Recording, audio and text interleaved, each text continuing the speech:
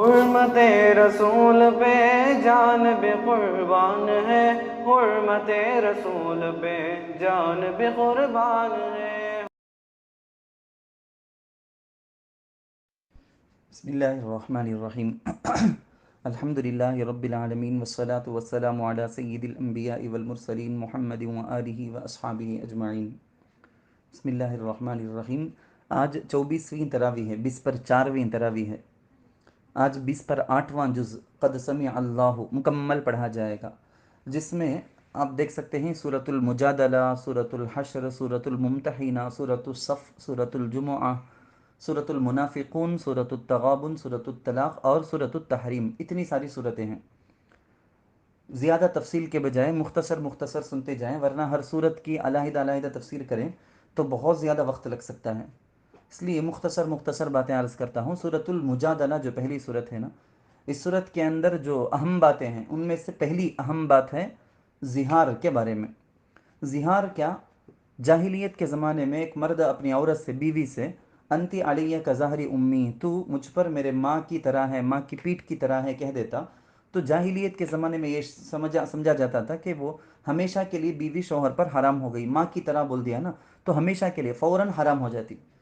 چنانچہ اسلام کے اندر نیا کیا بھی حکم نہیں آیا تھا اس بارے میں، جاہلیت کے زمانے ہی کے جو باتیں تھیں اسی کو مسلمان بھی فالو کر رہے تھے۔ تو اس وقت ایک واقعہ پیش آیا، حضرت خولہ رضی اللہ عنہ، یہ بیوی ہیں حضرت اوس بن صامت رضی اللہ عنہ کی۔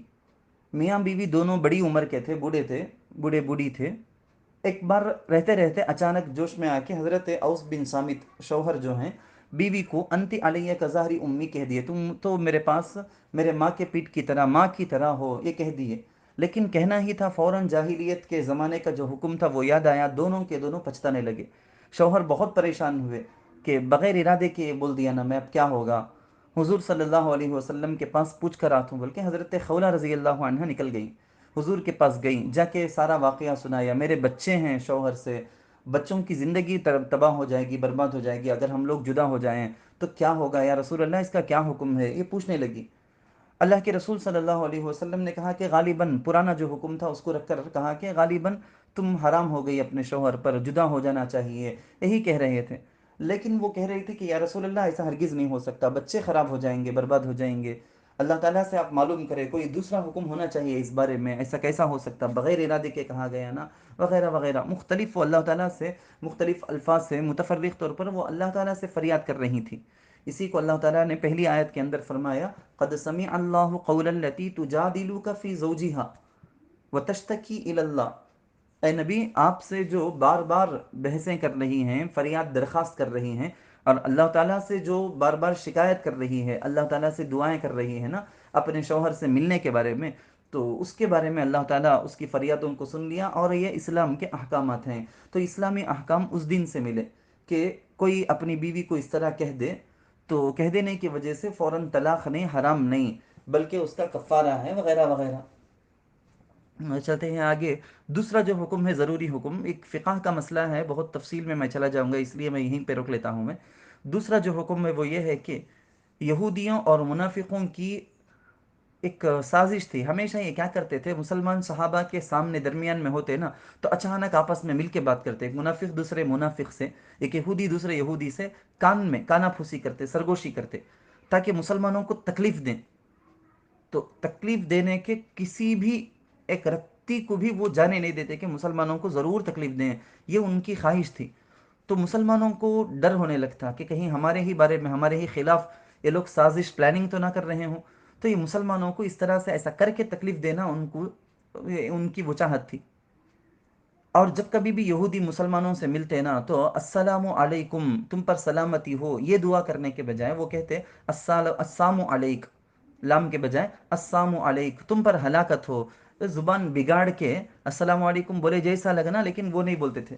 تو ایسی غلیظ فطرت والے لوگ اپنے بغض کی آگ کو اس طرح سے وہ لوگ ٹھنڈی کرتے تھے، حضور کو، صحابہ کو تکلیف دے دے کے طرح طرح سے۔ جبکہ مدینہ منورہ آتے ہی اللہ کے رسول صلی اللہ علیہ وسلم نے ان تمام باتوں سے کہ ہم آپس میں ایک دوسرے کو تکلیف نہیں دیں گے، مدینہ پر کوئی حملہ ہوگا تو ہم سب مل کر ایک ہاتھ ہو جائیں گے، ہم آپس میں ایک دوسرے کے خلاف سازش نہیں کریں گے، ساری چیزوں پر حضور علیہ الصلوۃ والسلام نے گولڈن بڑا سنہرا معاہدہ کیا تھا، لیکن ان سب کے باوجود غلیظ فطرت والے ایسے ہی ستا رہے تھے۔ تیسری جو ضروری بات ہے وہ یہ ہے کہ مسلمانوں کے لیے اجتماعی مجلسوں کے چند آداب سکھلائے گئے ہیں۔ آیت نمبر 11 میں آپ دیکھیں، یا ایھا الذین آمنوا اذا قیل لکم تفسحوا فی المجالس فافسحوا یفسح اللہ لکم۔ اس میں کیا ہے؟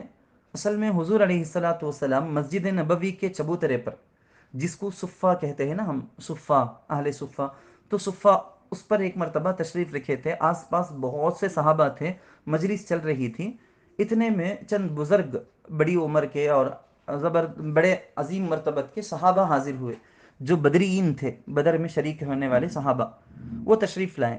جگہ نہ ہونے کی وجہ سے وہ ایسے ہی کھڑے رہے، کھڑے کھڑے حضور کی بات سن رہے تھے۔ حضور صلی اللہ علیہ وسلم نے بیٹھے ہوئے لوگوں سے درخواست کی کہ قریب قریب ہو کر جم کر بیٹھیں، تھوڑا سا جگہ پیدا کریں آنے والوں لوگوں کے لیے۔ تو جگہ پیدا کی گئی، لیکن پھر بھی ناکافی ہی رہی وہ۔ حضور صلی اللہ علیہ وسلم نے شرکا میں سے بعضوں سے کہا کہ تم اٹھ جاؤ، اٹھ کر کھڑے ہو جاؤ اور ان کو، آنے والے لوگوں کو بیٹھنے کے لیے جگہ دے دو۔ بس یہ سننا تھا۔ منافقین کہنے لگے کہ بھائی یہ کیا، بھائی یہ حضور کی مجلس، ہم کو مجلس سے اٹھوایا جا رہا ہے، مجلس سے نکالا جا رہا ہے۔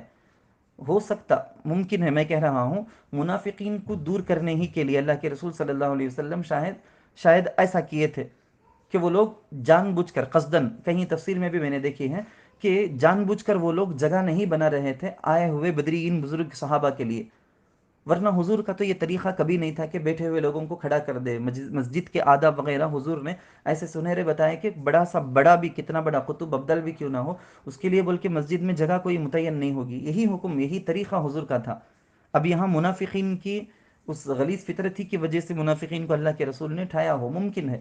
بہرحال اس وقت یہ آیتیں نازل ہوئی کہ آنے والوں کے لیے بیٹھے ہوئے لوگ گنجائش بنائیں، اور یہ بھی کہہ دیا گیا اللہ تعالیٰ کی طرف سے کہ مجلس کے جو سربراہ ہیں، جیسا کہ حضور علیہ الصلوۃ والسلام، وہ اگر مجلس میں سے کسی کو اٹھا بھی دیں تو ان کو اٹھانے کی اجازت ہے، اس پر اشکال کا کسی کو حق نہیں۔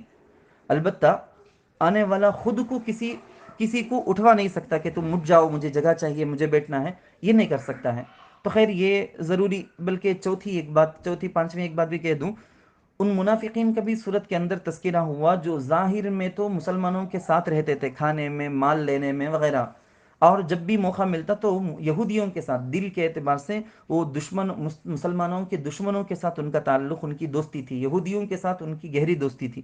تو ایسے منافقوں کے بارے میں بھی بتایا گیا۔ اور پانچویں نمبر پر ایک بات یہ بھی سن لیں، وہ مسلمان جو اللہ اور اللہ کے رسول کے دشمنوں سے کوئی تعلق نہیں رکھتے، لا تجد قوما یؤمنون باللہ والیوم الآخر، کیا کتنی بڑی بات اللہ تعالیٰ نے کہہ دیا ہے۔ اللہ تعالیٰ نے فرمایا کہ وہ اللہ تعالیٰ کے دشمن، اللہ کے رسول کے دشمن اگر ہیں تو ان سے تعلق نہیں رکھتے، چاہے وہ انہی کے اپنے والدین ہو، اولاد ہو، رشتہ دار ہو، کوئی بھی کیوں نہ ہو۔ پھر اللہ تعالیٰ نے ایسے خوش نصیب لوگوں کے لیے 4 نعمتوں کا ذکر کیا۔ نمبر 1 یہ کہ ان کے دلوں میں اللہ تعالیٰ ایمان کو اچھی طرح مضبوط جما دیتے ہیں۔ نمبر 2 ان کی اللہ تعالیٰ غیبی مدد فرماتے ہیں۔ نمبر 3 اللہ تعالیٰ ان کو ضرور جنت میں داخل کریں گے۔ نمبر 4 اللہ بھی ان سے راضی اور وہ بھی پہلے سے اللہ تعالیٰ سے راضی ہیں۔ سورۃ الحشر ہے اس کے بعد کی سورت، جس کو بعض صحابہ سورۃ بنی نذیر بھی کہتے تھے۔ سن 2 ہجری میں یہ سورت نازل ہوئی۔ یہودیوں کی مدینہ منورہ کے اندر زادہ اللہ شرفا ایک بڑی آبادی تھی۔ مدینہ آتے ہی، جیسا کہ ابھی میں نے بتایا کہ اللہ کے رسول صلی اللہ علیہ وسلم نے ان کے ساتھ امن پر صلح کر لیا تھا، معاہدہ کر لیا تھا۔ پھر بھی وہ یہود، بے بہبود غلیظ فطرت کے لوگ، حضور صلی اللہ علیہ وسلم سے، مسلمانوں سے دلی بغض رکھتے تھے، خفیہ سازشیں پلاننگ کرتے تھے کہ کسی طرح مسلمانوں کو، رسول کو ختم کر دیں۔ مکۃ المکرمہ کے کفار کو وقتاً فوقتاً پیسے دے کر یا باتیں سکھلا کر ہمیشہ مسلمانوں کے خلاف اکساتے رہتے تھے۔ شیطان قسم کے کام، شیاطینی کام ہے یہ کہ معاہدہ سے متعلق ایک مرتبہ اللہ کے رسول صلی اللہ علیہ وسلم ان سے، بنو نذیر سے گفتگو کرنے کے لیے اللہ کے رسول صلی اللہ علیہ وسلم بنو نذیر کے پاس گئے تھے۔ تو ان لوگوں نے، غلیظ فطرت کے لوگوں نے یہ سازش کر لی تھی کہ اوپر سے، دیوار کے اوپر سے چٹان گرا کے حضور علیہ الصلوۃ والسلام کو قتل کر دیں گے۔ تو اللہ تعالیٰ اللہ کے نبی کو وحی کے ذریعے سے اللہ تعالیٰ نے یہ بتلا دی. اللہ کے نبی وقت سے پہلے وہاں سے چلے آئے اور اللہ کے نبی نے پیغام بھیج دیا کہ اب تمہارے ہمارے درمیان کا معاہدہ ختم، اور ایک وقت متعین کر دیا گیا، اس وقت کے اندر اندر اپنی جگہ مدینے سے خالی کر کے چلے جاؤ. منافقین کا بنو نذیر کہ ہمیشہ ان کا تعاون کرتے تھے، وہ یقین دلاتے تھے، کہتے تھے کہ بنو نذیر کو تم کہیں نہ جاؤ، ہم تمہارا ساتھ دیں گے. لیکن وقت مقررہ آیا تو حضور صحابہ سمیت جا کے بنو نذیر کے قلعے کا باہر سے محاصرہ کر لیے. نتیجہ آخر کیا ہوا، صرف نتیجہ کہہ دیتا ہوں. ہتھیاروں کے علاوہ سب کچھ لے جانے کی حضور بڑے رحم دل حضور علیہ الصلوۃ والسلام نے انہیں اجازت دی کہ ہتھیار فقط لے کر نہیں جا سکتے، باقی سب کچھ چیزیں اپنے ساتھ لے کر جا سکتے ہیں. یہ بڑے جگر کی بہت بڑے اولو العزم کی بات ہے کہ ایسا کوئی بھی دنیا کا حاکم نہیں کر سکتا. بہرحال مال غنیمت، اور اسی طرح سے جس طرح سے مال غنیمت کے مصارف ہیں، زکوٰۃ کے، صدقۃ الفطر کے اور عشر کے، خراج کے، ان سب کے مصارف کے بارے میں کہ کن کن کو دیا جائے گا، یتیموں کو، مسکینوں کو، بیواؤں کو، مسافرین کو، ایسے مصارف اسلام کے اندر بیان ہوئے. اس کو یہ کہہ سکتے ہیں کہ اقتصادیاتی اعتبار سے یہ گولڈن رولز ہیں، یہ سنہرے اصول ہیں. تو یہ سب اسلام کے اندر بڑی بے مثال بے نظیر چیزیں ہیں. اسی طرح سے اسلامی قانون کے بارے میں اللہ تعالیٰ نے شارٹ انداز میں بتا دیا، ما آتاکم الرسول فخذوہ وما نہاکم عنہ فانتہوا. یہی ہے اسلامی قانون. اللہ کے رسول جو کرنے کے لیے کہیں وہ کرنا ہے، جس سے بچنے کے لیے کہیں اس سے بچنا ہے. دنیا کا کوئی بھی قانون انسان بنایا اور وہ اسلام کے خلاف ہو تو اس کا اعتبار نہیں، بلکہ ایسے ہی ہونا چاہیے قانون.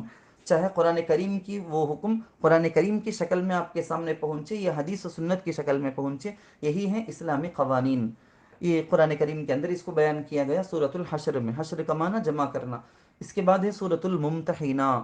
سورۃ الممتحنہ امتحان ہم کہتے ہیں نا اردو میں، ویسے ہی ہے یہ، کیونکہ مہاجر عورتیں ہجرت کر کے، جو عورتیں ہجرت کر کے مہاجرہ مدینہ منورہ آتی تھیں، ان کا امتحان لیا جاتا. اگر وہ سچی ایمان والیاں ہیں تو ان کو مدینے میں رہنے کی اجازت دے دی جاتی. تو اس امتحان کا تذکرہ ہے، اس لیے اس صورت کا یہ نام ہے. ایک واقعہ سناتا ہوں، سمجھ میں آ جائے گی بات آپ کو. حضرت حاطب ابن ابی بلتع رضی اللہ عنہ ایک سچے ایمان والے صحابی، یہ مکے میں آ کے بسے تھے. مکے والے نہیں تھے، چنانچہ مکے میں ان کا کوئی قبیلہ خاندان نہیں تھا، صرف ان کا اپنا خاندان تھا. پھر وہاں سے ہجرت کے موقع میں ہجرت کر کے اکیلے بغیر خاندان کے، وہ صرف اکیلے مدینہ منورہ آ چکے تھے. خاندان پورا کا پورا وہیں کفار کے رحم و کرم پر ان کے بیچ میں تھا. یہ سوچتے تھے کہ مکۃ المکرمہ سے جو بھی صحابہ مدینہ ہجرت کر کے آئے ہیں، ان میں سے کسی کے بھی خاندان پر کوئی مسئلہ ہوگا تو ان کے قبیلے والے بچانے کے لیے وہاں پر موجود ہیں. لیکن اگر میرے خاندان والوں پر کوئی حملہ ہوگا تو بچانے کے لیے میرا کوئی قبیلہ تو نہیں ہے مکے میں، لہٰذا کفار پر ہمارا کوئی احسان ہو تب وہ ہماری فیملی کی حفاظت کریں گے. اس ایک ڈر ہے، ایک ہمیشہ ہر فیملی والے کو ہونے والا ڈر ہی ہے. اس ڈر کی وجہ سے حضور علیہ الصلوۃ والسلام کی خفیہ خبر راز کہ حضور مکۃ المکرمہ پر حملے کے لیے تیاری کر رہے ہیں، وہ کون سے راستے سے آئیں گے، کتنے لوگوں کو اکٹھا کریں گے، اس متعلق تیاری سے متعلق تھوڑی سی بات انہوں نے ایک پرچی میں لکھ کے، سارا نامی ایک عورت مکۃ المکرمہ کی مدینہ منورہ سے واپس ریٹرن جا رہی تھی، ان کے پاس دے کے بھیج دیا تاکہ کفار پر ایک احسان رہے، خاندان کی، ان کے اپنی فیملی کی حفاظت ہو. وحی کے ذریعے سے حضور علیہ الصلوۃ والسلام کو اس کی اطلاع مل گئی. تو حضور علیہ الصلوۃ والسلام صحابہ کو بھیج کے سارا نام خاتون سے وہ خط بھی منگوا لیا اور حضرت حاطب کو بھی بلا بھیجا. پوچھ تاچھ کے بعد وہ اپنا جائز عذر سامنے رکھ دیے. انہوں نے توبہ تلافی کی، اللہ سے بھی، اللہ کے رسول سے بھی معافی مانگی. اللہ اور اللہ کے رسول نے ان کی اس جائز ڈر کو دیکھتے ہوئے ان کی توبہ قبول فرما لی. مسلمانوں کو حکم دیا گیا کہ دیکھو، دین کا لحاظ کیا کرو، رشتوں کا لحاظ نہ کیا کرو، کیونکہ باپ کیا، ماں کیا، بھائی کیا، بیٹا قیامت میں کوئی کام نہیں آئے گا. سب کو اپنی فکر ہوگی، اپنی اپنی فکر ستاتی رہے گی، کوئی کسی کے کام قیامت کے اندر آنے والا نہیں ہے. دشمنوں کے بارے میں ہمیشہ مسلمان ایک بات یاد رکھ لے کہ جب کوئی مسلمان کی دشمنی میں اتر آتا ہے نا، وہ دشمن اپنی زبان سے، اپنے ہاتھ سے، کچھ بھی کیسے بھی کر کے مسلمانوں کو تکلیف پہنچانا، مسلمانوں کو دکھ دینا، اس کے انتظار میں رہتے ہیں. کوئی بھی موقع آتا ہے تو ہاتھ سے جانے نہیں دیتے. یہ حضور علیہ الصلوۃ والسلام پر وحی کے ذریعے سے اسی زمانے میں بتا دیا گیا. چلے آگے سورہ حدیبیہ میں مکہ والوں سے جو معاہدہ ہوا تھا کہ مکے کے کوئی بھی آدمی مدینے کو آ جائے تو واپس بھیج دیں گے. چنانچہ ایک واقعہ ہوا، عتبہ ابن ابی معیط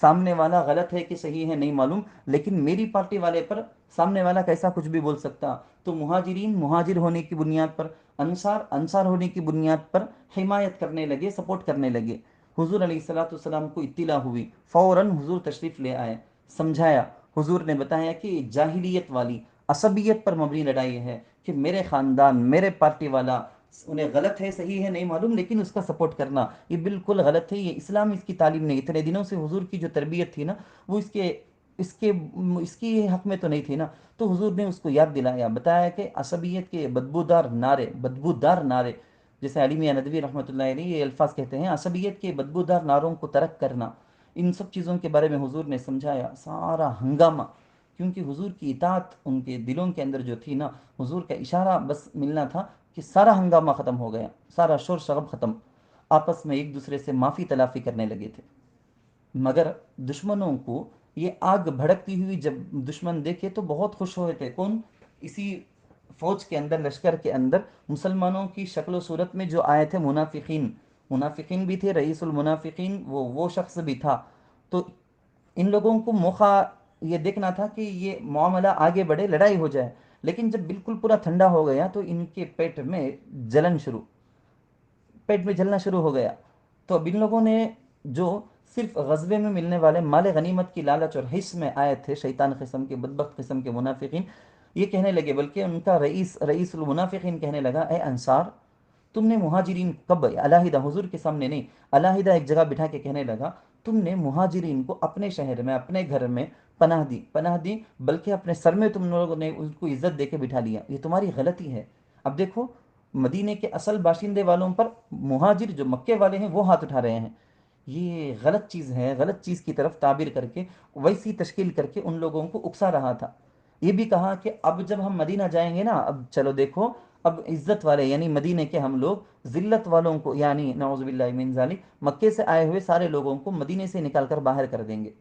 مجمع میں زید بن ارقم رضی اللہ عنہ ایک صحابی تھے، وہ بھی سن رہے تھے، دل برداشتہ ہو کے وہ سیدھے چلے آئے حضور کے پاس، حضور کو آ کر بتلا دیا کہ ایسا ایسا ہوا۔ حضور علیہ الصلوۃ والسلام نے تحقیق کی، تحقیق کرتے ہوئے رئیس المنافقین کو بلا کے پوچھا تو وہ بے شرم بے حیا صاف اپنے اقرار سے مکر گیا، بولا کہ میں ایسا کچھ بھی نہیں بولا۔ حضور صلی اللہ علیہ وسلم سمجھنے لگے کہ زید بن ارقم رضی اللہ عنہ ہی سے کوئی غلط فہمی ہو گئی ہوگی، لیکن مدینہ منورہ جانے سے پہلے حضرت زید بن ارقم رضی اللہ عنہ کی خبر کی تصدیق کرتے ہوئے، ان کی تائید کرتے ہوئے، مدینہ پہنچنے سے پہلے یہ صورت نازل ہو گئی، منافقین کی حقیقت کو اللہ نے حضور کو بتلا دیا۔ اس کے بعد ہے سورۃ التغابن۔ تغابن کہتے ہیں ہار جیت کو، ہار اور جیت کا فیصلہ قیامت کے دن ہم میں سے ہر ایک کے ساتھ ہوگا۔ اللہ تعالی ہم سب کو کامیاب لوگوں میں شمار فرمائے، آمین۔ تو اسی لیے اس صورت کا نام سورۃ التغابن، قیامت کے دن کو کہا گیا ہے۔ اصل موضوع کیا ہے؟ ایمان کی دعوت، اطاعت کی دعوت، اخلاق حسنہ کی تعلیم، یہی ساری چیزیں ہیں عام موضوع کے طور پر۔ جب چند مسلمان کفار کے مصائب سے ہجرت کر کے مدینہ آ چکے تھے، ابھی بہت سے مسلمان مکۃ المکرمہ میں کفار کی تکالیف میں مبتلا تھے، بھی اسی میں پھنسے ہوئے تھے، تو ان کو اس صورت کے ذریعے سے تسلی دی گئی کہ ما اصاب من مصیبت الا باذن اللہ، جب بھی مصیبت تم پر آتی ہے نا تو اس کی غرض و غایت کو سمجھو، غور کرو، اور جو غلطی تمہارے اندر ہے اس کو دور کر لو۔ بتایا گیا کہ نیک لوگ اس کو سمجھ جاتے ہیں اور صبر سے کام لیتے ہیں، تو ان کو تسلی دی گئی ہے۔ اس کے بعد ہے سورۃ الطلاق۔ طلاق سے متعلق بہت سے احکام اس صورت میں ہیں، جیسا سورہ بقرہ، نساء وغیرہ کے اندر بھی ہے، ویسے اس میں بھی ہے، اس لیے اس صورت کا نام سورۃ الطلاق۔ پس منظر کے طور پر حضرت عبداللہ ابن عمر رضی اللہ عنہما نے اپنی بیوی کو حیض کی حالت میں، پیریڈ کے موقع میں، مسئلہ ٹھیک سے معلوم نہیں تھا، اس وجہ سے پیریڈ کے موقع میں اپنی بیوی کو طلاق دے دیا تھا، جو کہ ناجائز تھا، طلاق بدعت تھی، اللہ اور اللہ کے رسول کو سخت ناراضگی کی چیز تھی۔ تو انہیں بلا کے حضور علیہ الصلوۃ والسلام نے سمجھایا، اور مر ابنک فلیراجعھا، حضور نے ان کے ابا سے بھی کہا کہ بیٹے کو کہو کہ طلاق واپس لے رہے، رجوع کر لے اپنی بیوی کو۔ بہرحال نکاح، طلاق وغیرہ کے بارے میں یہاں ہے۔ نکاح کے بارے میں ایک ضروری بات کہوں، نکاح اسلام کے اندر جیسا غیروں میں ہے ویسا صرف ایک اگریمنٹ نہیں ہے، اسلام نے نکاح کو بڑا عظیم مقام عطا کیا، وہ صرف ایک معاملہ نہیں بلکہ اس کو اسلام نے ایک عبادت، جیسے نماز روزے ہیں نا ویسا ایک عبادت قرار دیا۔ حضرت مفتی شفیع صاحب رحمۃ اللہ علیہ مفسر قرآن لکھتے ہیں، معاشی مسائل جیسا کہ تجارت ہے، اجارہ ہے، شرکت ہے، خرید و فروخت، ان سب چیزوں کے بارے میں تو اللہ نے صرف اصول، قاعدے کلی یا اصول تک بتائے، فرعی جزوی مسائل نہیں بتائے، مگر جو معاشرتی مسائل ہیں آپسی زندگی کے، جیسا کہ نکاح ہے، طلاق ہے، تو ان چیزوں کے بارے میں تو اللہ صرف اصول نہیں بلکہ اصول کے علاوہ تمام جزیات کو بھی، چھوٹی چھوٹی باتوں کو بھی، فروع کو بھی اللہ تعالیٰ نے واضح کیا ہے۔ تو طلاق کے اندر کئی قسمیں ہیں۔ معمول سے طلاق کے لفظ کو استعمال کر کے، یوز کر کے بول دینا ایک طلاق رجعی ہے، اور ایک ہوتا ہے اشارے کے ساتھ طلاق کے علاوہ معنی دینے والے ویسے الفاظ سے طلاق دینا، طلاق بائن ہے۔ ایک ہی مجلس میں، ایک ہی جملے میں 3 طلاق دے دینا یا الگ الگ کر کے 3 طلاق دے دینا، اس کو طلاق مغلظہ کہتے ہیں۔ عورت پیسے وغیرہ دے کے شوہر سے طلاق دینے کی درخواست کر کے طلاق لے لے، اس کو خلا کہتے ہیں۔ پھر طلاق ہو جائے تو طلاق کی عدت کیا ہے؟ اگر کسی عورت کو پیریڈ آتا ہے، حیض آتا ہے، تو اس کے لیے طلاق کی عدت 3 حیض ہے۔ شوہر اگر انتقال کر گیا تو عدت وفات 4 مہینے 10 دن ہے۔ اگر عورت حاملہ ہے تو طلاق کی یا وفات کی کوئی بھی عدت ہو، وضع حمل ڈیلیوری ہو جانا ہے۔ اگر حاملہ نہیں ہے تو پیریڈ کے اعتبار سے اس کی عدت۔ ان سب چیزوں کے احکامات یہاں پر موجود ہیں۔ ان احکام کے دوران نوٹ کرنے کی بات یہ ہے کہ اللہ تعالیٰ 4 مرتبہ مسلمانوں کو تقوی کی، اللہ تعالیٰ سے ڈر کی تعلیم دیتے ہیں، حکم دیتے ہیں۔ سب سے آخر میں ہے قد سمع اللہ کی آخری سورت، سورۃ التحریم۔ سورۃ التحریم صحیح بخاری شریف کے اندر ایک واقعہ ہے، حضرت عائشہ رضی اللہ عنہا ہی سے منقول ہے۔ فرماتی ہیں کہ اللہ کے رسول صلی اللہ علیہ وسلم روزانہ عصر کے بعد اپنی جتنی بھی ازواج مطہرات ہیں ان میں سے ہر ایک کے پاس جا کے کھڑے کھڑے تھوڑی دیر کے لیے ملاقات کر کے ان کی دلداری کے طور پر کچھ گفتگو کر کے آ جاتے تھے۔ یہ ہمیشہ اللہ کے نبی کا معمول تھا۔ ایک دن خلاف معمول حضرت زینب رضی اللہ عنہا کے گھر گئے، وہاں خلاف معمول تھوڑی دیر لگ گئی۔ خیر ایک دن ایسا ہوا دیکھیں تو دوسرے دن سے وہی معمول ہو گیا کہ ان کے گھر جاتے تو تھوڑی دیر لگ جاتی دوسرے گھروں کے بنسبت۔ مثال کے طور پر 5 منٹ کے بجائے 7 منٹ لگ گئے، 10 منٹ لگ گئے، ایسا تھوڑا سا۔ مگر دوسری ازواج کو رشک ہونے لگا کہ حضور ہمارے گھر میں تو اتنی دیر نہیں رکتے، ان کے گھر میں رکتے نا، ہمارے بھی گھر میں رکنا ہے، یہ پسند، ایک خواہش، اس کو رشک کہتے ہیں عبادت کے معاملے میں۔ تو ان کو جو خوبی ملی ہے وہ خوبی مجھے بھی ملنا، ایسا چاہنے کو رشک کہتے ہیں۔ حضرت عائشہ رضی اللہ عنہا کو رشک ہونے لگا۔ تو یہ حضرت حفصہ رضی اللہ، یہ سب ہماری مائیں ہیں، امہات المؤمنین۔ حضرت عائشہ نے حضرت حفصہ رضی اللہ عنہا سے مشورہ کی، اس بارے میں گفتگو کی۔ دیکھو ایک پلاننگ کرتے ہیں، ایک اسمال آئیڈیا کرتے ہیں، وہ یہ ہے کہ جب حضور ہمارے پاس حضرت زینب کے گھر سے آئیں گے، تمہارے گھر آئے تو تم، میرے گھر سیدھے آ گئے تو میں، یہ کہیں گے ہم کہ یا رسول اللہ آپ کے منہ سے تو مغافیر کی بدبو آتی ہے۔ مغافیر ایک چیز ہے جس میں بدبو ہوتی ہے، تو مغافیر کی بدبو آتی ہے۔ حضور کو چونکہ بدبو سے بڑی نفرت تھی، طبعی طور پر کراہت تھی، تو ایسا کہیں گے تو حضور وہاں حضرت زینب رضی اللہ عنہا کے گھر میں شہد پینے کی وجہ سے جو تاخیر ہوتی تو اس شہد کو پینا چھوڑ دیں گے، تو وقت معمول سب کو برابر مل جائے گا۔ اس شوق میں، اس خواہش میں یہ پلاننگ ہو گئی۔ حضور حضرت زینب کے گھر سے سیدھے حضرت حفصہ کے گھر آئے رضی اللہ عنہما۔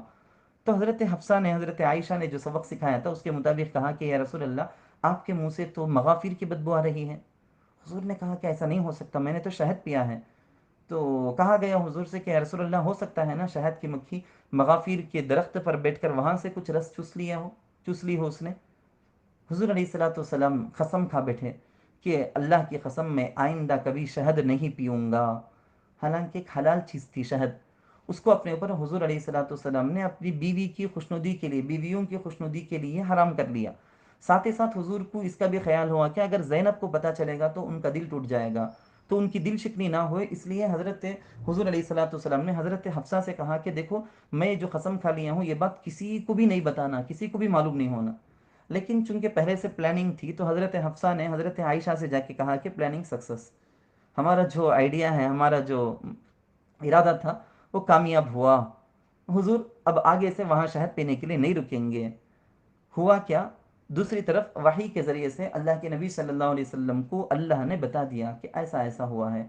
تو حضرت حفصہ سے اللہ کے رسول صلی اللہ علیہ وسلم نے پوچھا حفصہ تم نے عائشہ کو یہ سب بتا دیا حالانکہ میں تم کو بتایا تھا کہ کسی کو نہیں بتانا؟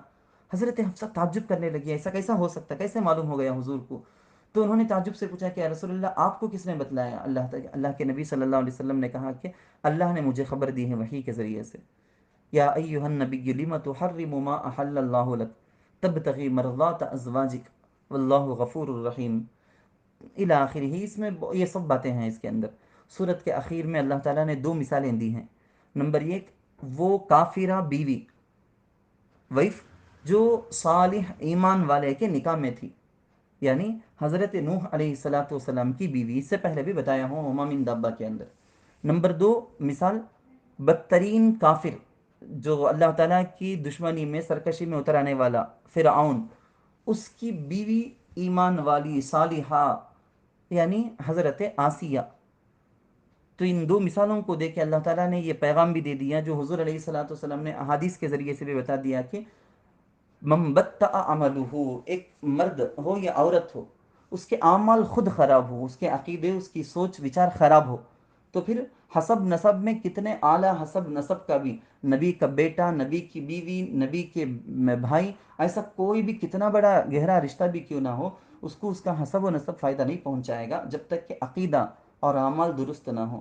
اس کے اندر ہم کو یہ بھی سبق ملتا ہے کہ حفاظ کے ماں باپ، عالم کے خاندان والے ماں باپ وغیرہ، ان کو بھی اگرچہ کہ ان کی اولاد کی وجہ سے ان کو جنت ملے گی، اللہ تعالیٰ اعزاز عطا فرمائیں گے، لیکن خود ان کو اپنے اعمال اور عقائد میں بھی، خاص طور پر عقائد میں ان کو اپنے آپ کو درست رکھنا چاہیے، حقوق العباد میں خاص خیال رکھ لینا چاہیے۔ اللہ تعالیٰ قبول فرمائے، آمین۔